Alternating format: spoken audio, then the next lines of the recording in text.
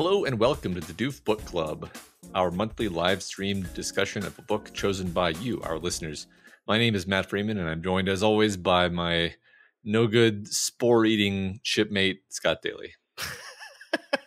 You didn't say dirty. I wrote dirty in there. Dirty spore eater is what you are. Yeah, I love them spores. They're delicious. Hello, everybody. I didn't think this intro through. Welcome. We hope you're all having a wonderful Friday evening. I sure know I am. I was watching my team play basketball right before this episode started, and we're winning. So I'm pretty jazzed about that. But I'm ready here to talk about some books. So I'm sure we know a lot of people in the chat. I already see some names I recognize. But if you happen to be here on the book club for the very first time, my camera's also weirdly positioning me. So hold on, I feel like I need to be centered more. Cool. If you're here for the very first time, hello. We are Doof Media, and we make podcasts all about the stories we love. We also arrange this book club, and Matt will now explain to you, fine people, what a book club is. Well, Scott and I select 5 books from a pool of books submitted to us by our wonderful Doof community. We put up a poll for all the supporters on Patreon at patreon.com/doofmedia, and we'll let them vote on which book they'd like us to talk about. The book with the most votes wins, and then we all read it. And then we meet here on the last Friday of the month and spend an hour or so chatting all about the book, talking about what we liked, what we didn't, what we think the book is doing, and how it does it. Before we get into this month's book, we do have a little bit of homework to do. As we said, we let people vote on the book, but we also let our live attendees vote on next month's book, as well as our patrons over on our Patreon. So if you are here right now in the chat, you get to vote possibly twice if you're also a patron. So I am sending a link to the straw poll right now, which will have our 5 books available for next month. It's not very close right now. There's one book that's kind of running away with it, and that could change, though. There's enough people here. Brandon Sanderson always brings a pretty big crowd, so there's enough people here in the chat that you could influence the poll. You do get to vote for 2 books in this poll, so look at those 5 books, pick the 2 you would like us to do a book club on, and we'll add that to the patron poll, and at the end of the show, we will figure out what we're doing next month. But Matt, what are we doing this month? This month we are doing Tress in the Emerald Sea by Brandon Sanderson. That's right. Brandon is out of probation, out of jail again. And he's about to go right back in. Just kidding. Matt, what's this book about? I'll tell you, Scott. The only life Tress has known on her island home in an emerald green ocean has been a simple one, with the simple pleasures of collecting cups brought by sailors from faraway lands and listening to stories told by her friend Charlie. But when his father takes him on a voyage to find a bride and disaster strikes, Tress must stow away on a ship and seek the sorceress of the deadly midnight sea. Amid the spore oceans where pirates abound, can Tress leave her simple life behind and make her own place sailing a sea where a single drop of water can mean instant death? It's a pretty good little summary there. Well done, whoever wrote that. Yeah. All right, so this is the part of the show where you folks at home tell us what you think of this book. And while you're doing that, Matt is also going to tell me what he thought of this book. So, I mean, we forgot to say hello to people, Matt. We always do this. We get into it and we forgot to actually say hello to the names we have in chat here. So as everyone is telling us what you thought of this book, hello. I see John, I see Bailey, I see Bent Westward, who says, first Sanderson book. I see Basil, Bishop, a lot of familiar names here. We got some quite a few unfamiliar names too. Okay, definitely Adam Lemony, the Ponage Hobo. I just see awesome. B. I see B. Hello, B. It's the letter B. Yeah, just letter B. Matt, what did you think of Tress of the Emerald Sea? This was quite an enjoyable little story. This might actually be my favorite Sanderson work, even including the Stormlight books, to be honest, because it's short and sweet and simple, and I think it plays to a lot of his strengths. I think, like one thing people had said when they were kind of trying to pitch this book to us was that it's written in a different style than his other books, and I think it mostly was. It was interesting, I think this was a point you made to me when we were talking earlier, Scott. I think it does kind of fall into his normal style at some points, but very often it takes on a whimsical tone that really felt like he was stretching himself. And I enjoyed that stuff the most overall. Hmm. Um, there's also a lot of just fun passages and fun writing that I enjoyed.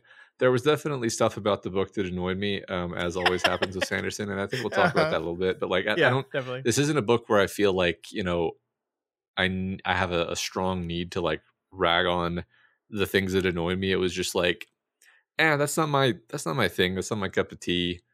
If it were me, I wouldn't have done it that way, you know. But on the whole, I think the whole experience was very positive, and I think as a book, it has a nice ending. It's good, leaves with a good feeling. It's just a nice little book. I enjoyed it quite a bit. What do you think? Yeah, I think I mostly agree with that. I think there was a time, maybe, the first third of this book, where I said to you, "This is without a doubt my favorite thing I've read by Brandon Sanderson." And I will say there was some parts in the middle of the book that um, kind of started to lose me a little bit. But Brandon Sanderson is very good at endings. He's very good at bringing things to a satisfying conclusion, and the book got me in the end. And I agree with you. It is definitely him trying a different tone, with it, in my opinion, mixed success. I think there's times when he's really nailing this tone, very much, Douglas Adams, William Golding, Terry Pratchett type of tone he's going for here. And I think there's times when he absolutely nails it, and times where, as you said, he kind of slips back and falls into what feels to me just like a very typical Brandon Sanderson way of telling a story. But yeah, it's 300 pages. It's quick. It's delightful. It's fun. I think there's the little things that you're talking about that tend to annoy you when you're reading an 1,000-page book tend to build up much more than when you're reading a pretty quick, fun 300-page story. And yeah, I really liked it. I really Mhm. did. I still, I don't know if I'm there with you in the end on this is my favorite thing he's ever written. I still really enjoyed the original Mistborn, and I still really like the two Stormlight books we've read. I've had my quibbles, of course, as I always do, but this is a really good book, I thought. I mean, I feel like my biggest quibble with the Stormlight books is that they take so freaking long to get to the point where you like feel that satisfaction, and so Mm, like one of the mhm. main things this has going for it is how short it is. Um, I almost like this is going to be.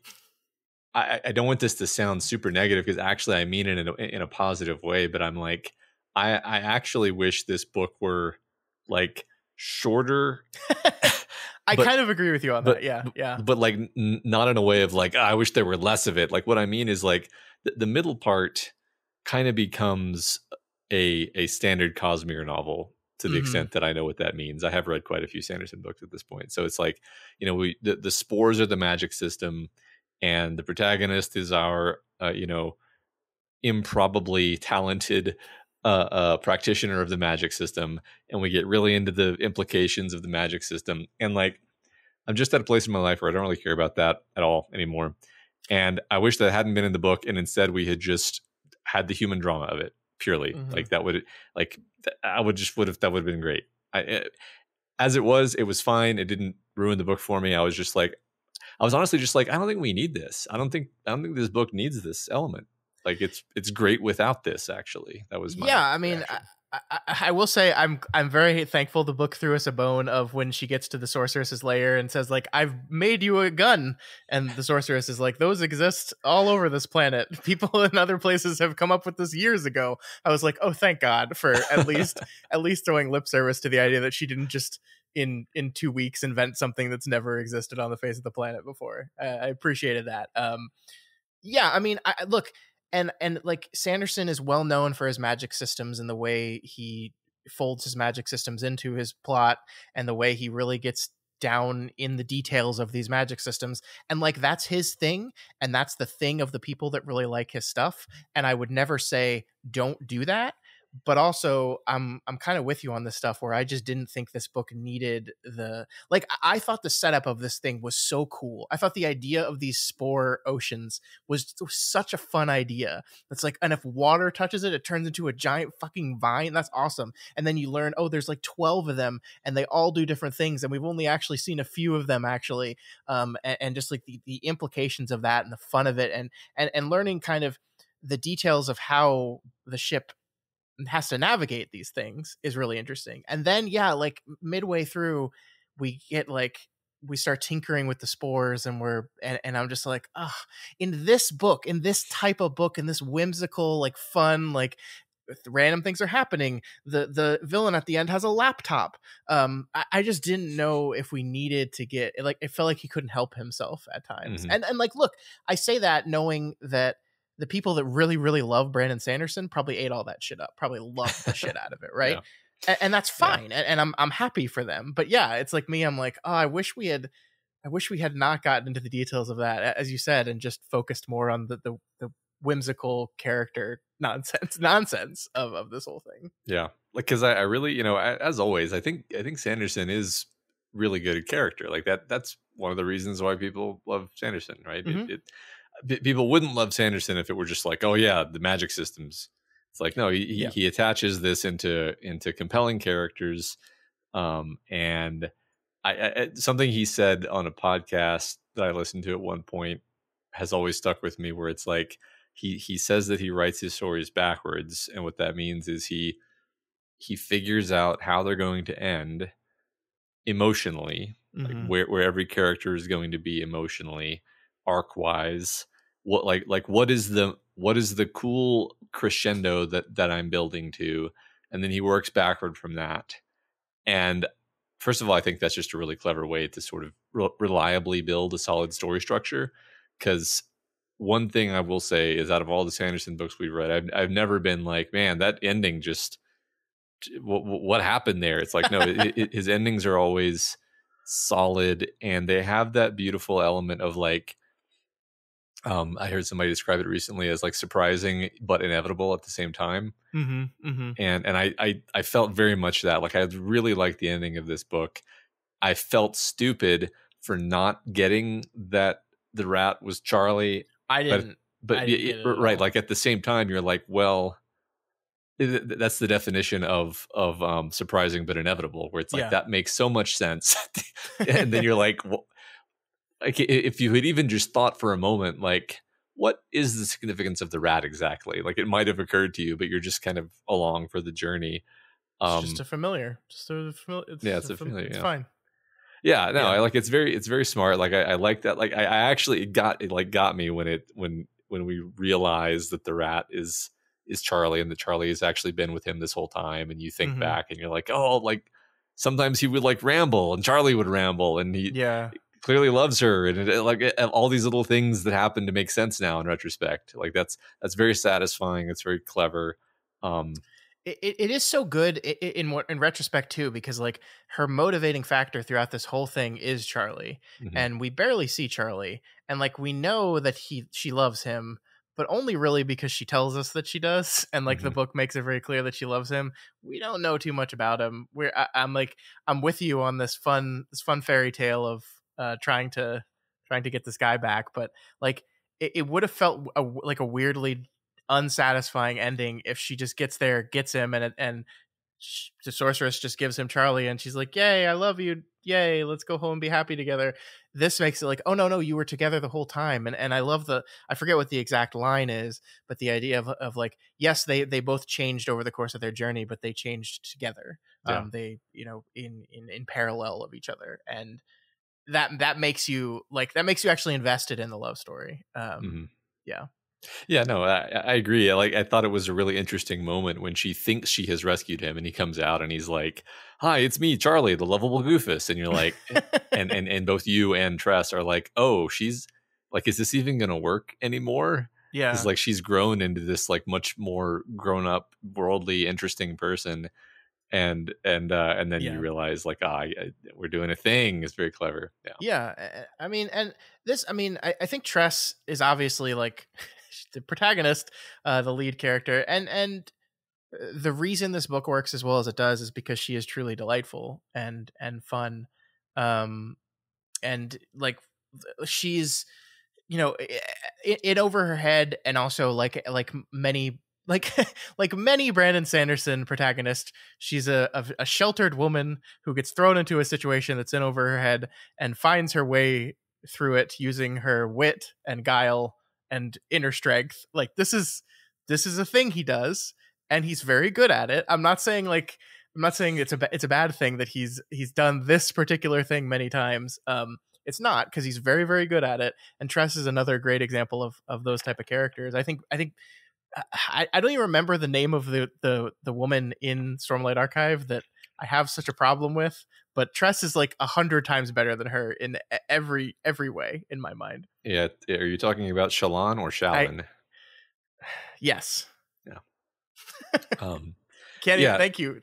Now that I heard her name, I remember her, and all the memories come flooding back. Yeah. Once again, I think the shortness of the book is in its favor, because I honestly believe that like our problem with Shallan was that it took like two long books to get to the point where you're like, oh, like this is a deep, complicated character, and I've just been kind of like misunderstanding.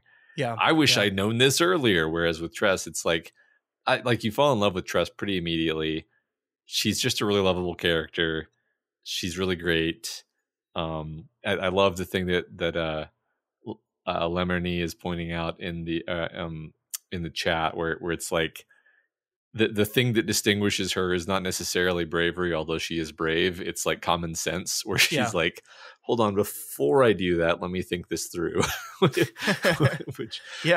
I think actually makes stories like this more fun, because it's more fun to feel like you're riding on the shoulder of somebody who is at least as smart as you, instead of just like, that was foolhardy, like that was a stupid choice, but whatever. Whatever. It is fun sometimes to see characters make the exact wrong choice, and you're like, oh, I mean, that is certainly fun. But yeah, that is, she's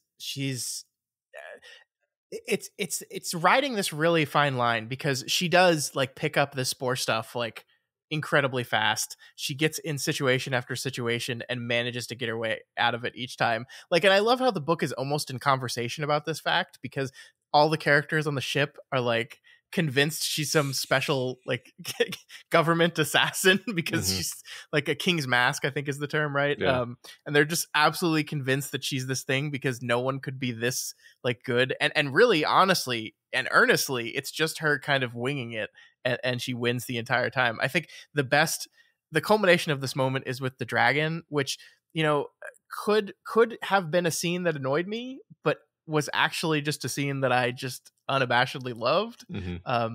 Like the way she maneuvers, and the way like how she handles that, and how it plays into her strengths as a character and Crow's weakness as a character. I think it just sells her, and sells what Sanderson is doing with her, and to the point where it is a little bit silly, it is a little bit absurd, but it fits the tone of this book. This is an absurd book. This is a book where the protagonist is Wit, who is in the form of this crazy cabin boy that is speaking nonsense halfway through, and so like someone being like hyper competent, and just bumbling their way through things successfully, failing upwards, like just fits the tone of that kind of story. It just fits it perfectly. Yeah, right. And also I think part of it is just he does really put in the work to make us fall in love with her, and make us on her side, and make us kind of see her good qualities, because like the great thing about her is she's just a wonderful person, which doesn't occur that often in fiction, actually, right? Because like normally in fiction, in order for it to be good fiction, we create flawed characters who suck in some way or another, and that's part of the fun for us, is we watch them, suffer, or eventually transcend their flaws, is the ideal case in many many kinds of narrative. But and I mean, it's not that she doesn't have a flaw, but like she's just this wonderful person, and you just so want her to succeed, and she begins the book, or rather once she leaves her island, everything is like she's really the underdog. There's a lot of suffering. There's a lot of, scrabbling for survival and having to live by her wits and leverage her existing skill set to survive. And like you really get on her side. And the thing is, like, what she carries through all of that is this sense of justice and right and wrong, and just like having a good heart, such that even when she's in that tunnel with the dragon, like you mentioned, it's not like she doesn't lie. She just Yeah. like she ironically, actually puts Crow in the best possible position for Crow, even though Crow doesn't realize that by like, she wouldn't have survived if the dragon had only cured her the one time. Although But I do like the the open-endedness of that, where it could have just been BS. That's fun. That's fun. There's a lot of just fun in this book, and that's another, like, okay, let's talk about the elephant in the room, Matt. Let's talk about Wit. Yeah. I don't like Wit as a character. I've never enjoyed Wit in any of the books Wit has been in. And I heard Wit was in this book, I think right after it won the vote.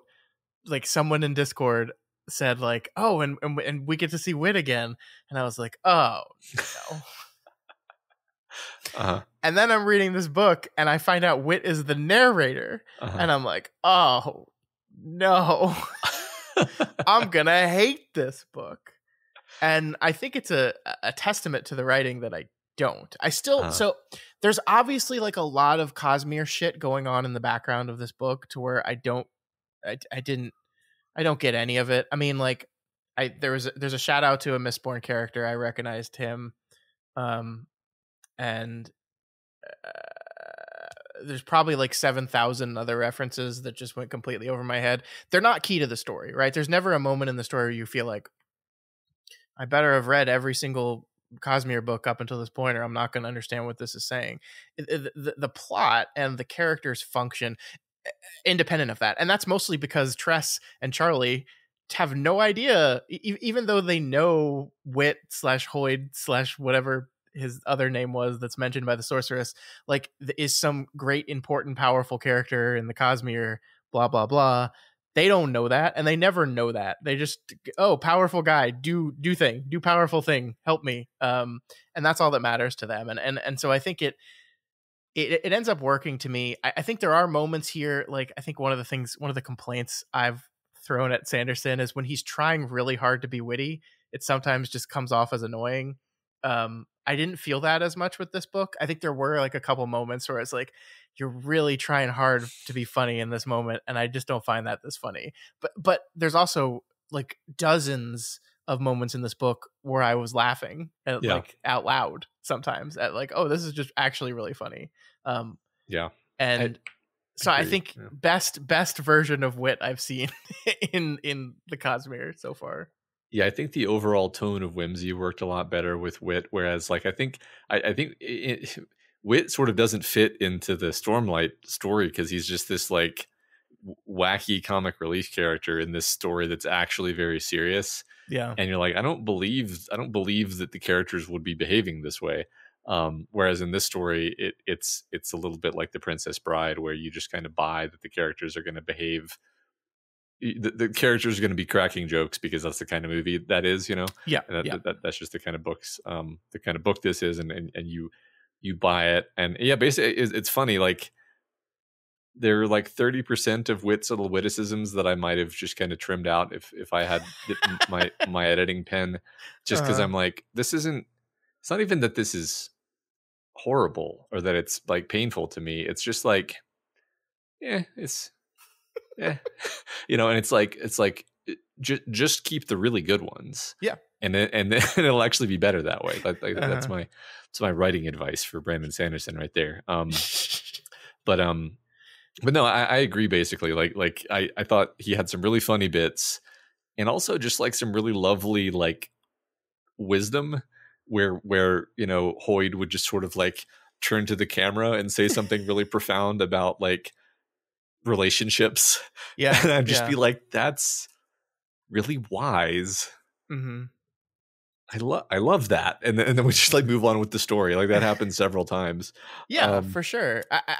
You know, the story of this book, as John was saying at the beginning of the episode, is that this is a book he just wrote for his wife. Like, this was not like, I guess when you're an author as prolific as Brandon Sanderson, you write entire novels for one person. It's like, hey, I wrote you a book today. And that's really interesting because, you know, obviously there is Cosmere stuff here, but it does feel like a lot of this is just like, I know you, my wife, will like this and like this, and like there is a lot of, you know, sometimes the trying to be funny stuff in these other books, I think is like, I'm really trying hard to be this certain type of author, whereas here I felt is like, I do and say a lot of really stupid, unfunny stuff in an attempt to make my wife laugh, like all the time. And it works maybe 50% of the time, but I'm never going to stop doing that because it's like part of our relationship. And that's what some of the stuff felt to me. So even if I like rolled my eyes and was like, that's not funny, it's like, oh, you're just like putting out all the stops to make your wife chuckle. And like I can imagine him like sitting in the other room as she's reading it and she like laughs. And he's like, which one? What was that? Which one worked? I think that's a lot of fun. And yeah. And this is the other thing that I found really interesting about this book, and I think why it eventually works. I was thinking a lot about, this is a man who is in the middle of this huge series he's created with the Stormlight Archive. Like, I think book 5's coming out this year, right? And it's only like 5 of 13 planned ones or something ridiculous. And there's a lot of pressure in that, right? And, you know, George R. R. Martin deals with that pressure by never writing again. And Sanderson deals with that pressure by allowing himself the freedom to write something else. And like, this is a book that feels, it feels like it's a release valve of that kind of pressure. Like he's writing as if he knows he has a freedom to experiment and to fuck around a little bit and to just be a little more loose and not so Cosmere of it, like, and the Cosmere stuff's still in there because the man can't help himself, like he just can't. But like it comes off, especially in the beginning, like the first third of the book, like just comes off as like, oh my god, this is a guy just like, I can do whatever I want. I don't have to deal with like the overarching scope of this giant series I'm working on and this giant multi-book, multi-series long plot line. I can just fuck around in this world. And look, there's an ocean now. Yeah, but it's not water. It's spores. Fuck yeah. And what happens when water touches it? I don't know. It explodes. And then like, and it just feels so free and fun. And I think the tone wouldn't have worked as well if he was trying to force it. And because, you know, we talked at the very end of last month's episode, about like the absurdity of the fact that he made a jillion dollars on Kickstarter to release these books. And it's like, obviously a publisher would have snapped these up and published them immediately. You didn't need to raise money on Kickstarter to publish them. Completely unnecessary. But he wanted to do it. And there's many reasons he wanted to do it. But I really, after reading it, really think one of the reasons was just like, because then the pressure's off. Like, like there's no pressure. Like I don't have, like, it's been carved out as a separate thing. It's not part of this other thing I'm doing. It's its own thing now. And I've cemented that by, these are the secret projects. These are the Kickstarter projects. And so I don't have this kind of incredible pressure hanging over my head. I can just write something.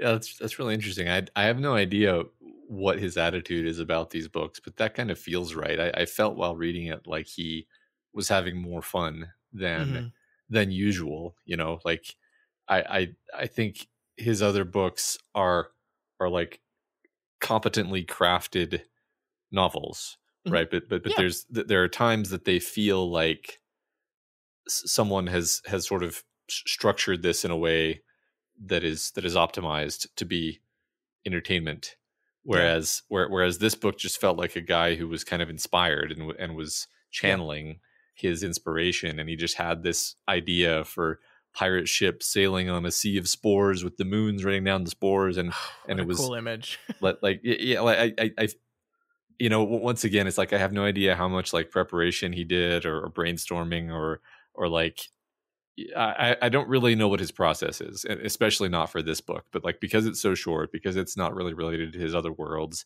it just, and because of the tone, like, because of the prose, because of the nature of the character, it just feels like he had a spark of inspiration. He saw this character. He had this thing he wanted to say with the book. He saw this setting, and he just like went, um, and it maintained that sort of power. I think for most of the book. So yeah, I Yeah, agree with you. I think John puts it in really great that, like, as much as the man obviously clearly loves writing, like the Stormlight Archive stuff is his job, right? This is his job. This is what's expected of him. This is what he has to do, and this is fun. Um, it sounds insane to me to be a person who spends thousands of hours writing every year for work, and then also says, "Oh, I need a break. What am I going to do? I guess I could write, but like it's different. It's insane." But that's that's who he Yeah, is, and that's that's it. Yeah, that's. I mean, we talk about Stephen King a lot too. So there's these people where that just brings them so much joy and in contentment and happiness, that's just what they're going to do, even when they have a vacation, I which is great. I do think I need to spend a little bit more time like learning about him as a person, Hmm. and like I know so much. And I don't want to digress too much into Stephen King because we will be here all night. But I know so much about like Stephen King and what he thinks about the process, and I've listened to a little bit of the Brandon Sanderson podcast where he talks about writing in like broadly and that kind of thing. But like, King spends so much time describing writing as a joy, yes, but also like we talked with Doomickey, a need, like that like it's not even that like I love doing this, which he does, but it's like I can't not do this. Like Hmm. I can't. I would go insane. I would go crazy. I would not be able to live my life. It would destroy me to stop this. And I don't know. I don't know if Sanderson approaches writing like that. I Hmm. kind of don't think so. But again, I have not listened to him talk about that specifically. Um, I think, speaking of King, the book I kept thinking about when reading this was Eyes of the Dragon, Hmm. which is Stephen King doing a similar thing here, where he is specifically trying to go for a certain tone, a certain kind of thing that's very different from the way he normally writes books. It is fantasy, which was more of a departure for King than it is for Sanderson, because King doesn't write in fantasy very often. But it was the Eyes of the Dragon was very specifically trying to be like a high fantasy medieval tale, and this is not that, but it's similar enough in that like you could tell he said, I'm going to write this very specific thing that is very different from what I did. Yeah. And Yeah, like maybe he read a pirate ship book, or he went on a kick of watching pirate movies or something, and or maybe it was that I don't know, this is total conjecture, but like maybe his wife really likes pirate books or something, and he's like, Yeah, I could want be. to try the pirate thing. Hmm. I just want to do that. I just want to do my take on a pirate story, which just but by the way, it wasn't clear to me until we were pretty far into the book that this was going to be a pirate story. Yeah. Like I thought maybe we were gonna kind of bounce around this setting and go to different islands and have different adventures, more of an Odyssey type story, but it just turned out to be a pirate, Treasure Island, pirate story, which is great. I mean, Yeah. I was happy with it in the end. I Um, Yeah, I ended up liking it in the end. I did feel, and I think I talked to you about this yesterday, and I think I've almost changed my mind since then. But I did feel like that the middle book part where I started like kind of getting down on the book a little bit was when I started to realize, oh, we're just gonna be on the pirate ship doing the pirate ship thing for the whole book. And yeah, in my head, I had this like you know going to many different places, exploring many different things, like many different characters continually coming in and out of the novel. And that's not where the book went. And there was an initial feeling of disappointment when I realized that. It ended up working because I ended up liking these characters so much, especially Fort. I loved Fort. He's great. But yeah, there was an initial level of like, oh, okay. I guess we're just gonna be on the pirate ship the whole time. Okay. Yeah. Yeah, I think I felt the same. Like, well, yeah, I mean, this is kind of my issue. My one like kind of cohesive issue with the book is like the middle section just is a little slow, which is weird because the book is so short. Which is why I think it would be improved if it was like that bit where like she's studying the spores and we're on the pirate ship and we don't particularly feel like we're moving the plot forward, and we're kind of, it's more like we're adding complexity instead of moving things forward. Mm-hmm. And I was kind of like, I don't think I want this to be any more complex. I think I just want it to be this simple thing, and I like that, and I want it, and then it will resolve and it will be satisfying. But in retrospect, it's hard to really come down so hard because I'm like, all the the characters we added, I am pretty happy with all of them. Like I Yeah. like all of them. I guess it's like, none of them like blew me away either. Like the main story was my favorite part, right? Yeah. I did like Fort. I liked despite the fact that the doctor is more comic relief than anything. I thought he was fun. I Well, they're like, all archetypes, right? Like they yeah, all yeah, operate, like they're broad in a way that works perfectly for, like, it works perfectly with the type of book this is. Like Anne is the cannoneer who can't hit the broadside of a barn, yeah. and then it's because she needs glasses. They operate very broadly, but it functions because of just the type of book it is. Uh-huh. Um, does anybody else think that Brandon Sanderson like learned about fluidization of sand and was like, really? That's so cool. Yes, exactly. I gotta work this into something. Yeah. Got to make a whole book where the oceans are fluidized solid particles. I mean, I was fine with that. It was great. It was cool. Like Yeah. it was really cool. Like this is it's a very it's a very visual book, right? I think Yeah. the one thing we haven't talked about is I think the big edition that came out with the Kickstarter was like an illustrated edition. It had a bunch of beautiful pictures. This version I have no pictures, but I did look at the ones that were posted online. Very, very beautiful art, like very, very, very visual book. Like you can imagine it. I think the beauty of these incredibly low hanging moons over these seas of different colors. Like this is an entirely red sea, the midnight sea. Like it's very cool. It's very visually striking, and I really like it. It's fun. It's just like the sailing, like the parts of the book I really liked were like the early pirate ship battles, like where you see how these ships fight with each other, and then you see the things that exist in a world where you sail on a spore sea, like how you would deal with a hole being blown into the side of your ship, and how like you make these cannonballs that intentionally burst before they hit because they really just want to wrap you in like all that stuff's really cool, and I liked it. It's a weird thing where I liked it more the less I knew about it. Mhm. Yeah, right. It's fun. It's fun to just get kind of a flurry of creative ideas thrown at you, Yeah, and yeah. then you're like, "Oh, that's fun," and then you move on. But I agree. I feel like it's less fun when it's like, now we're going to min max it. I'm like, oh no, Yeah, yeah. yeah. But again, like this is Sanderson, right? And like as John already said, they loved it, and because this is what people expect out of Sanderson, and this is what he obviously enjoys doing. Like he likes munchkinning these systems that he comes up with. Like it's probably one of the great joys of his life to invent a magic system and then spend hours and hours and hours figuring out all the intricacies of it, and like saying, okay, so what would this character do in that system, based on who they are? How would they find a way to yeah, as you said, Mhm. like min max it?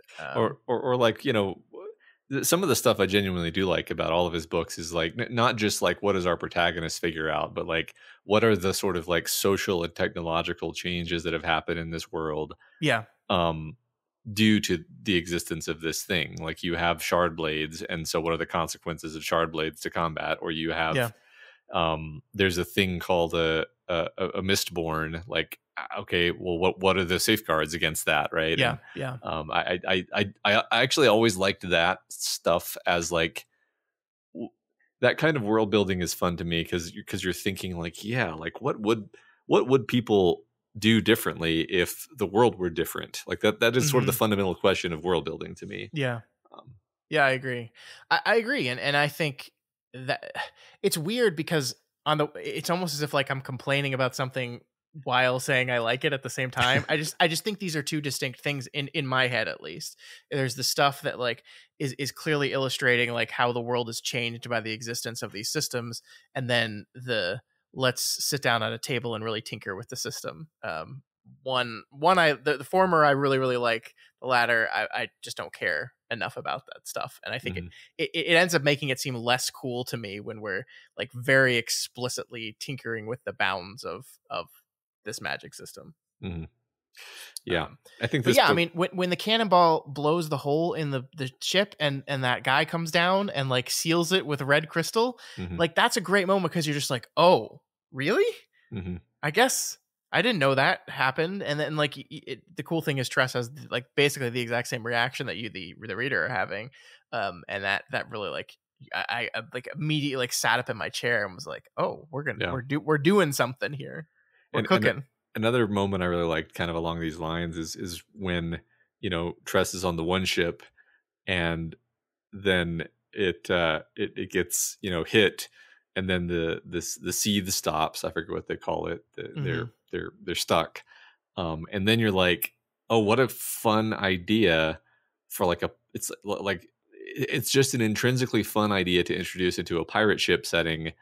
The idea that every once in a while the ocean just becomes ground, and the ships are stuck, and you can walk on it as long as you're careful, um, but it's dangerous. Uh-huh. And so like I thought that was one of my favorite like set pieces that I could just see in my mind's eye. Was she gets off the ship and she's literally walking across this extremely dangerous material, while the people on the ship are like shooting at her and the other Hmm. guys who are trying to cross. And um I was like, that's a really good moment. I like this. Yeah. And your head the whole time you're thinking like there's so much fucking water inside of a human body. Like there's no way you're gonna make it through this. Yeah, But yeah, no, really great moment. yeah. So many things to like in this book. We haven't talked about. I mean, I guess we talked broadly about like about Fort and Saleh and Anne and Crow. Did you have anything specific about them that you wanted to dive into?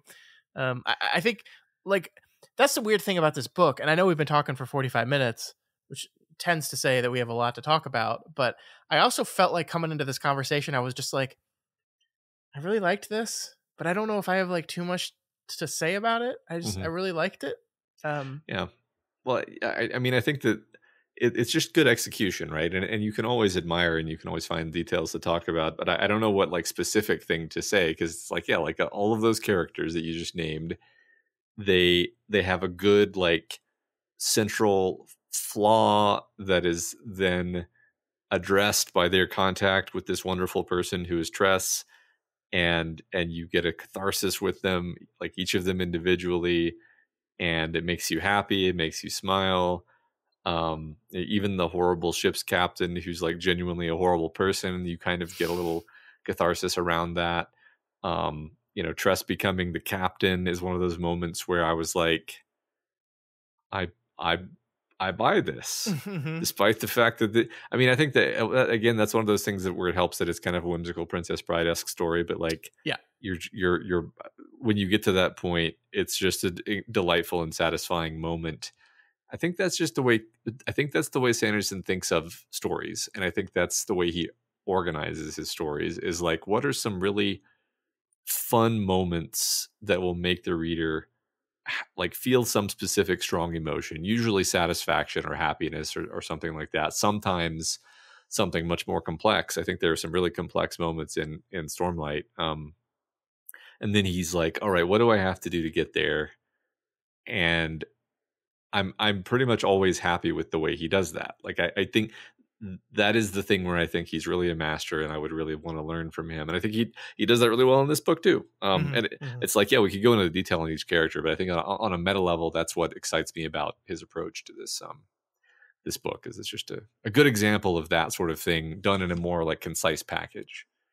Yeah, I agree with that. I like what John's saying here in the chat as well. The political system of the world is clearly kind of built out and exists, but we don't really focus on it very much because it's not really the focus of the novel. It's there. It's not like this would be the thing where like if we stop to explain the political system in the detail that we stop to explain the magical system, I would have just been like, fucking kill me. Because nobody stops and explains the political system of Gilder, right? Like Yeah, there's right. like there's a king, um, his son, and Yeah, that's all you need to know. right.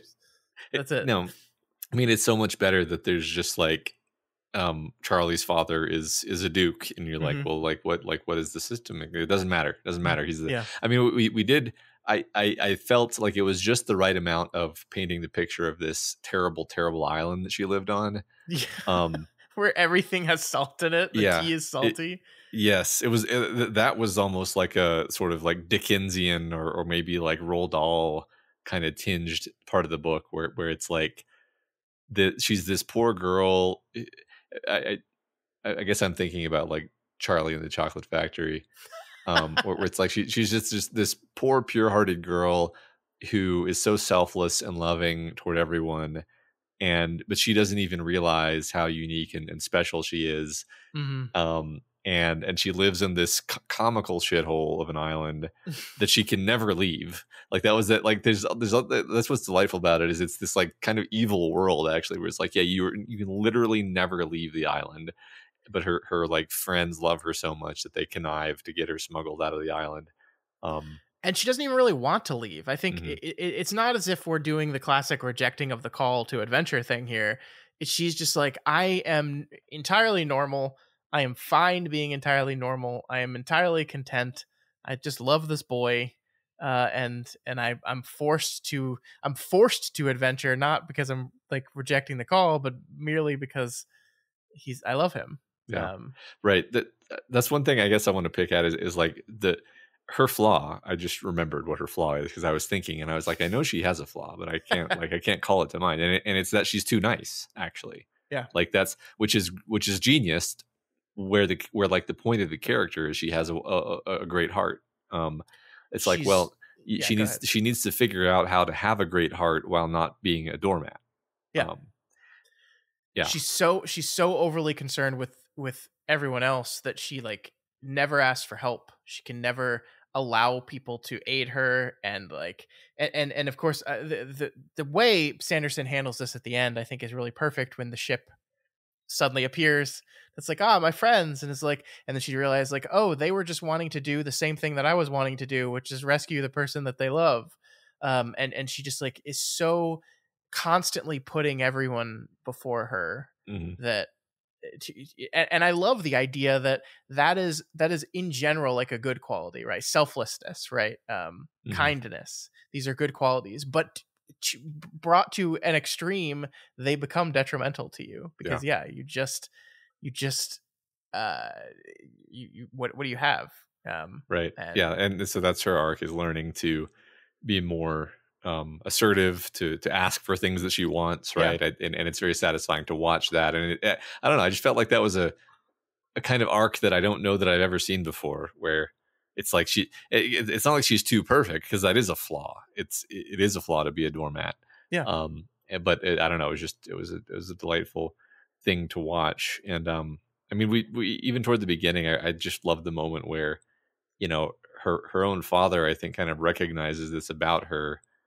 Like normally you would have in a story vaguely like this you might have like the parents are an obstacle like the kid the protagonist has to figure out how to escape, and in this one it's like as soon as she explains the situation her father's just like I have to go for a walk, and then he just like arranges everything for her to Yeah. be smuggled off the island because she's not at a point where she can do it yet, right? She can't actually ask people for help, but so he does it for her. And I'm um only now like putting together because I thought that scene was very distinct. Like her father basically just like walks into the bar and like doesn't even necessarily like outright say, "Hey, you, I need help." He just makes it very clear that he needs help from the people, Hmm. and like all the people that love him like flock to him, and it's like, "Okay, what are we gonna do? How are we gonna help him?" And it's just like suddenly like everyone on the island is there, and like it's it's really great because that's essentially what happens with Tress at the end of the book. It's like this really interesting message of like if you treat the people around you with kindness, with empathy, no matter what, like you will earn a level of respect to those people that just cannot be countered by anything, even the most powerful sorceress in the world. um but it still takes you asking for their help. Like you still have to, ask for it. Like you can't just, there's like a lot of ideas out there. I was like, oh, if it's like if you be kind to people, people will be kind back to you. Yeah, usually. But if you need them, if you need people, if you need to call on people, you have to actually call on them. Hmm. And that is, I think, one of the things she learns here is, and I love the scene with, I think it's Sally, I can't remember, when she takes her aside and is basically like, you're the captain, we'll do whatever you say. Um, but I really don't want you to give this order. And she just doesn't get it, right? I think Hmm. what Wit says in the narration is the part she heard of that advice was just, these people care about you and you should care about them. And it's like, no, you're taking the wrong, she's telling you right now, let us help you. Um, but she doesn't want to just, like, yeah, it's this Hmm. really interesting, fascinating dynamic between those two characters. Yeah, I agree. I remember that moment distinctly and being like, this is one of the benefits of having a narrator. Like that Mhm. was actually one of the clearest moments where I was like, huh, narrators are useful conceit because the ability to have Wit point this out Mhm. about Mhm. Tress's character was very like, huh, that's it's actually kind of an interesting way to talk about this kind of character and this kind of dynamic. Yeah, Um, yeah. Yeah, I don't know. Gosh, really great book. Like I am glad we took our Sanderson break. I am. But I'm also very glad I read this book, and I still don't know if like I'm a Sanderson convert that's going to be like, I need to read everything this guy's ever read or ever written. I do, like, I do want to read the Stormlight Archive books. Like, I've enjoyed my time with the first two books. I still remain at this place where I'm just like, I don't know how often I want to do this on book club, because I feel like sometimes, like, y'all people in the audience right now are like, oh my God, they're doing Sanderson again. I love this guy. I'm so excited. And I come sit up here on my platform and yuck your yums a little bit. And I don't feel good about that. It doesn't feel good. And I also feel like the things I like about these books are just like, oh, that was so fun. That's so fun and uh-huh. exciting. And the things I don't like about these books are so clear to me in a way that this is the way the conversations go. Like, it's Uh-huh. just like, on the good side, oh, I loved this part. It was so great. These characters were so fun. But on the bad part is like, oh, but I really didn't like this specific thing, and I'm going to talk about that for 10 minutes. And I do feel sometimes, speaking of the freedom and the pressure that Sanderson feels, I do feel when I'm reading one of these books for book club, I just have the pressure in the back of my mind of like, I'm gonna have to talk about this on the book club, and if I say bad things, I know I'm gonna upset people because people are very passionate about this guy, and I feel that like, like a monkey on my back. Uh-huh. Yeah, I think I feel a lot of that too. That's one of the things. Like, it's not like I categorically don't want to read Sanderson. It's that I don't want to like you just said, yuck everybody's yum, and that's just like not a fun thought. Hmm.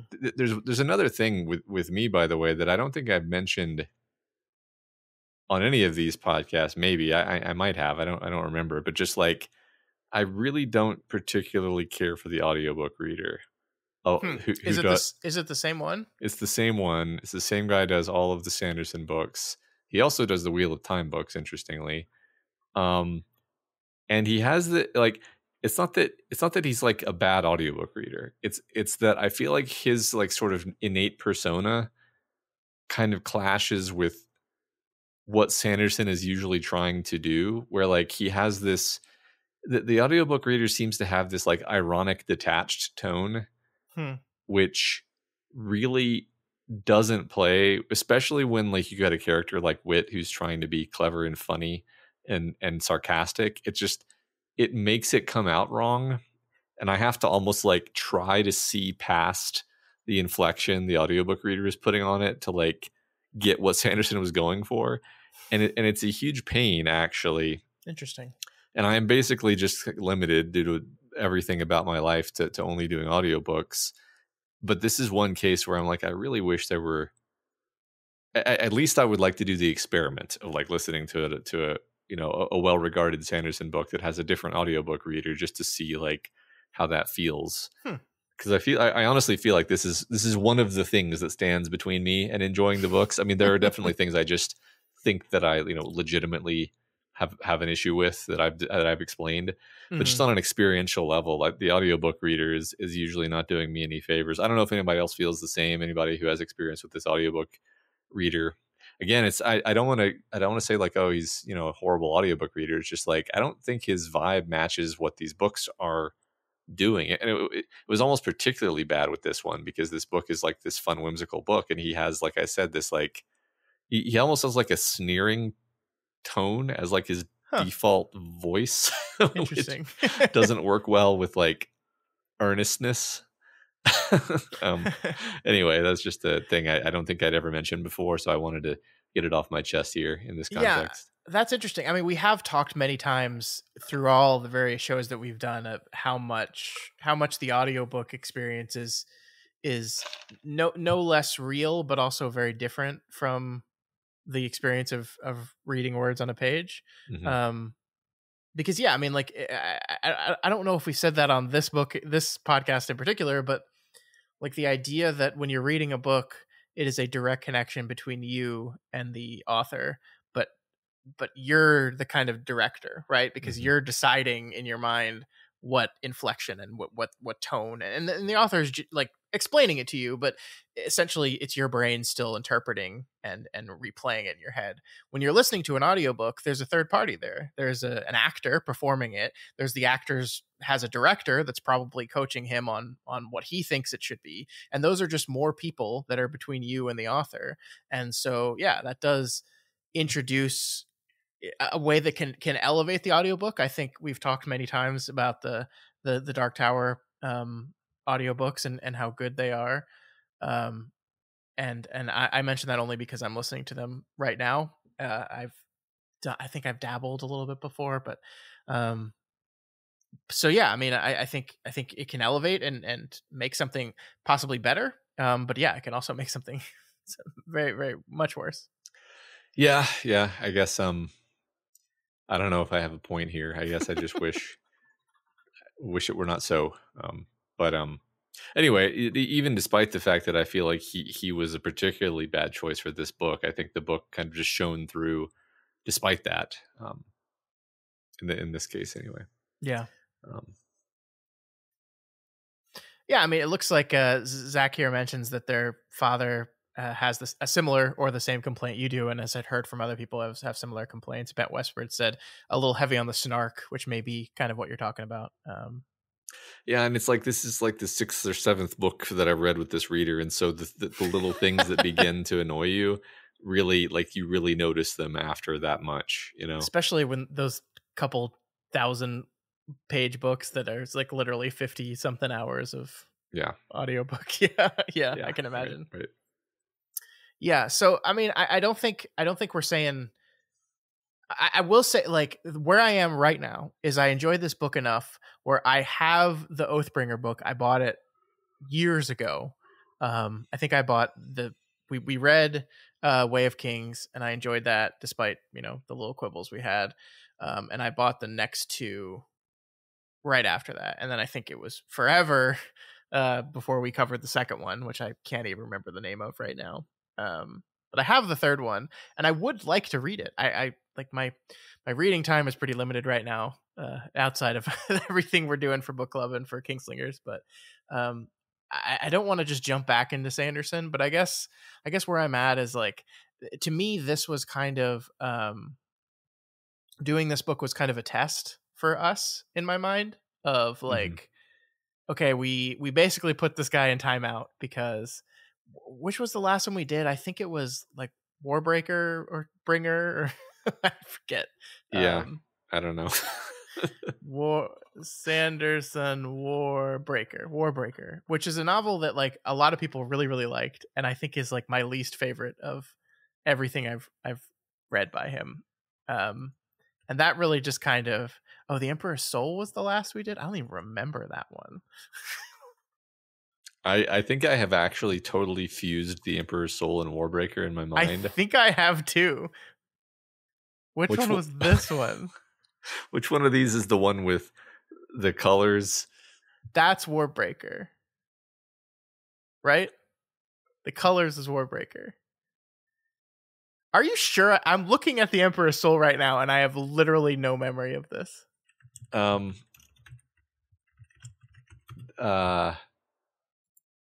The Emperor's Soul. No, I do remember Oh, this is the this one one. where Yes, she's yes. got 100 days to forge the soul. Yeah. No, no, it was Okay. yeah, it was like yeah. Neither of us particularly liked Warbreaker. I think that I liked what I liked what Emperor's Soul was going for. I don't Emperor's remember. Soul was very short. It was Yeah, like less than 200 pages. yeah, So yeah.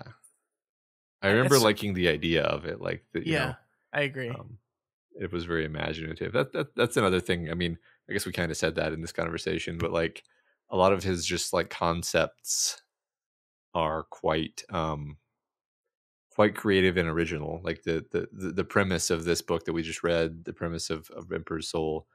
Um, yeah, I just sometimes I feel the critics that are required to read these books sometimes. Not that I'm saying anything bad about Emperor's Soul, but like Tor.com similarly described the work as enjoyable. uh-huh. Just damning with faint praise.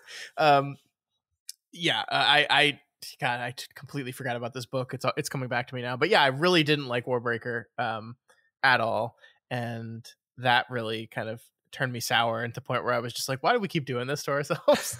But I'm feeling pro Sanderson right now. Yeah, yeah, So yeah, I do like there is a part of me that's like, so the interesting thing about this, and I think this is a good conversation to have anytime we talk about Sanderson, but like I don't give a shit about the greater Cosmere stuff at all. I don't understand it. I don't know what's going on. The references, 99% of them go completely over my head. I do not care. I am very curious about what's going to happen to the characters that I really like in Stormlight Archive. right. Uh, and that is like I see every time I walk by my living room, my like Oathbringer is like on the edge of my bookshelf, and so it's just like right there, and I see it, and I was like, I want to figure out what happens to those guys. That second book ended on a little bit of a cliffhanger there, where Yeah, you're like, um, uh-huh. I want to find out what happens to those guys, but I just don't care about any of the larger world stuff in these books, and that's why like I Warbreaker, it's like, that's the sword. Don't you remember the sword? I'm like, oh yeah, I guess. Yeah. No, I feel the same. It doesn't. It's interesting. I don't know why exactly, because I think this is actually kind of an interesting tangent, because I can think very easily of three authors who have done this sort of big big world big world building type thing, where Mm. like Stephen King being an obvious second here on this list, where there's this dark tower cosmology, but it like feels so totally different than the way Sanderson's does. um I think it's because not only do I not really give a shit about the larger cosmology of the Dark Tower stuff, but I don't think King does either. I mean, mhm. I think he does like broadly, but in just like the statement of like everything's connected, and that's it. That's like as far as what is the Dark Tower? It's the center of everything. It's also a metaphor for addiction, and also uh whatever. I don't care. And like I feel like King often feels that way to me because he's changed his mind about it so many times. Um Yeah. Right. What But was the third? What was the third one you were well, thinking of? so the third one was much less of a good fit, though very familiar to most of our audience, which was Wildbow, because Wildbow doesn't really do shared universe in the sense that it's like, oh, all these stories are actually connected. But I think what I actually meant wasn't quite the same thing, but it was like that was a story where I was super invested in like the world building and the backstory and like really got into like, there's like a, as you're first reading the book, you're like, this one character can like gets like this certain kind of insight into this element of the story, and like, what does that mean? And you're like I was like remarkably uniquely into the world building of that, where I think that the issue, actually, to put it more broadly, is I don't normally care about all this like expanded universe stuff because I don't normally care about world building all that much. Mm-hmm. Like world Mm-hmm. building to me is the, the set decor behind the actors, and I'm so much more interested in the performances and the actors. And yes, of course, the stage needs to be there, the decor needs to be there, the set dressing Yeah. needs to be there. But like that's and I can appreciate it, and I view and I know that it's necessary, but it doesn't usually absorb me ever. But Wild Bow, I think, was like a big exception to that, where I was like really into the world building there. Um, and I don't know why. Like I don't know what the difference is there. I don't know. Hmm. Like I don't know why Sanderson's world building. It's not that it doesn't work on me. It's just like I don't, like you said, I'm not interested in it. I'm just like, oh, okay, all right. Oh, it's the sword. Okay. Yeah. um Yeah, I mean, here's what I'll say about that. I agree, and I agree with John. What John is saying in chat as well is that you don't have to care about the Cosmere stuff. Like mhm. there has never been a moment in any one of these books where I just flat out was not along with what was happening to the characters because of some Cosmere shit and some connections I was not recognizing that I was supposed to. I will say there are times when the Cosmere stuff starts happening, I feel like the book, I feel like I'm supposed to care. Is Mhm. I guess the way I'll put it. It's like I Yeah. don't have to, but I feel like I'm supposed to. And that's a really weird, discongruous feeling to have, right? It's like I don't care about the stuff, but I think the book really wants me to care about it, even though it's not making me care about it. And that I don't know. That is kind of how I feel about it. And Mhm. um I don't even know where to go with that other than that's the way it makes me feel sometimes. Yeah, I guess to me it all boils down to just like, what is the narrative purpose of this? Like for a guy who I see as being a master of knowing, like, all right, what is the moment I'm trying to craft? What is the emotional climax and catharsis Mm-hmm. I'm trying to craft, and how do I get there? I'm like, well, what is this in service of? Like the fact that the sword is here. Like I don't feel any emotions about this. I can imagine feeling emotions about it. I just don't, you know? Mm-hmm. So Mm-hmm. um like that's the thing. I'm more like introspecting here than I am like criticizing Sanderson's approach to this, because Absolutely. Same. Yeah.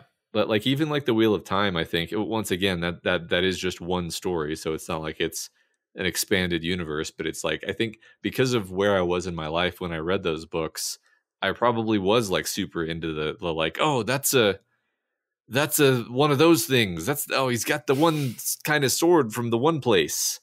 And maybe I did feel something back then, and maybe I'm just like literally too old to care anymore. I don't know. I don't know. Speaking of this, Lemony says, "Did we catch that the what is his name? I lost this in the chat. I saw it earlier, and now I can't find it. She's There playing was the Magic the Gathering.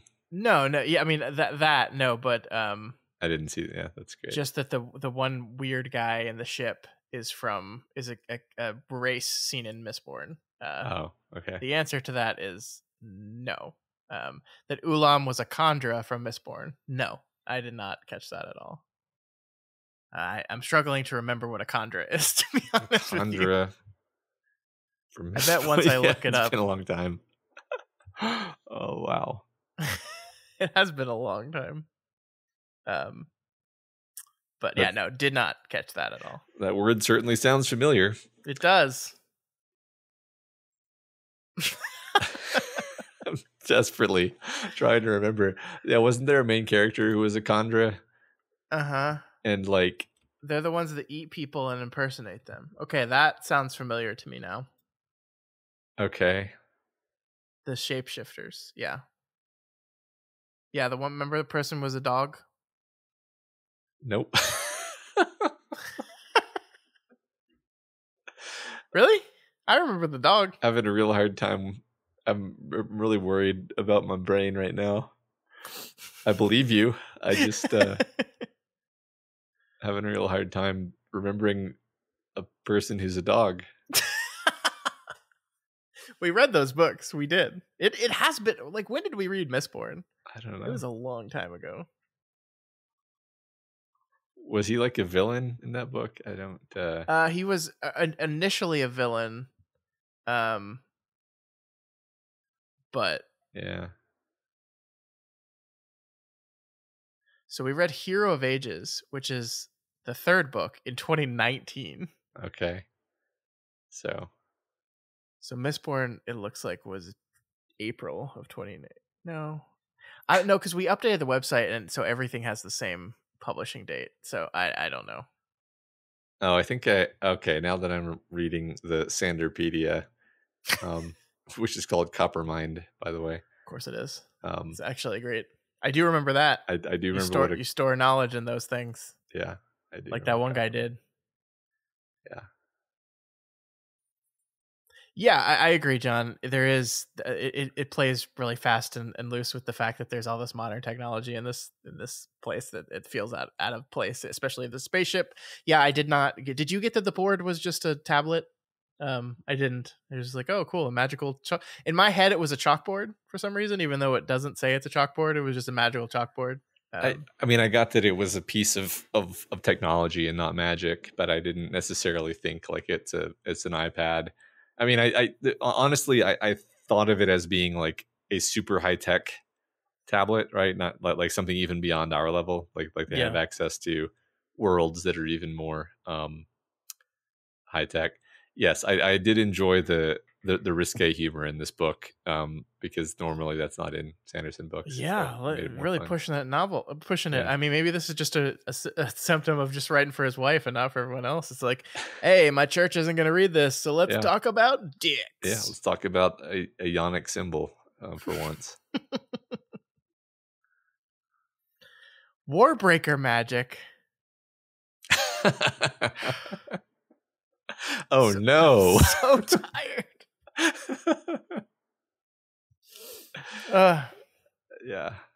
Yeah, good book though. Good book. Anything else anyone wanted to say about Tress and her beautiful Emerald Sea? We didn't talk about the cups at all, which is weird because like the cups are like the defining thing at the beginning of the book, and then how do you feel about the cups? Yeah. I mean, I think the cups are a symbol of her, sublimated desire to explore and expand and which she has totally ignored because it's just not a possibility for her and she doesn't want to be a bother. Yeah. And then she kind of outgrows the cups because it's like the cups were just something that she had because she actually wanted to have these experiences. Yeah. I agree with that. It was good. Liked it. Like the cups. Yep. It's a cool little butterfly cup. I like the cups too. I don't really believe they could have glued it all back together, but whatever. Now I'm just being an asshole. All right. Let's we're going to lock down the vote for next month's book. So if you haven't voted yet, if you came late to the episode, here is once again the link to the poll.